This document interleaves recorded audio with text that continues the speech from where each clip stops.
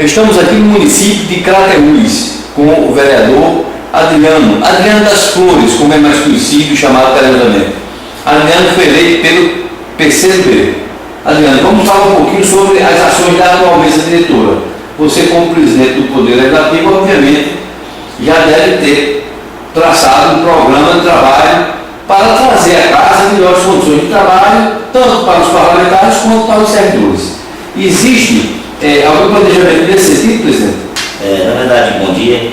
Existe. Nós, sim, que assumimos o primeiro mandato aqui dessa casa, e hoje, o segundo mandato como vereador presidente dessa casa.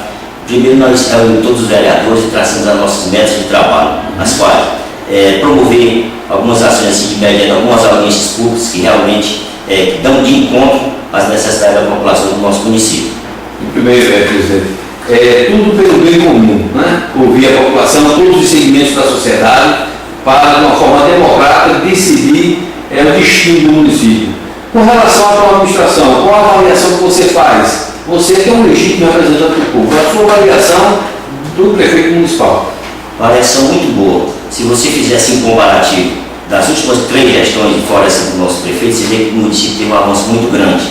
Hoje, o nosso município, hoje requer a questão da parte de infraestrutura, hoje a cidade recebeu uma malha de calçamento muito grande, questão de estradas, escolas reformadas, passagem molhada, dentre outras ações assim, tão importantes que jamais o município de Crateús viu na gestão atual do nosso prefeito Cássio Felipe.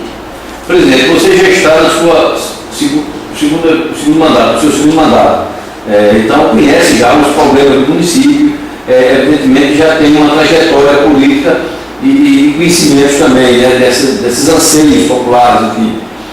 Qual o pedido que você faz agora, com base nessas suas experiências, através do portal eletrônico, ao governador do estado, Cid Gomes, para que ele traga mais recursos, né, traga mais ações do governo aqui para Crateús? Na verdade, o nosso município tem sido, de certo ponto, muito bem servido em algumas ações do governo do estado, mas eu acho que o problema mais sério hoje que nós existimos aqui no nosso município, a maior deficiência hoje, o maior problema, o maior causa do nosso município é a questão do desemprego.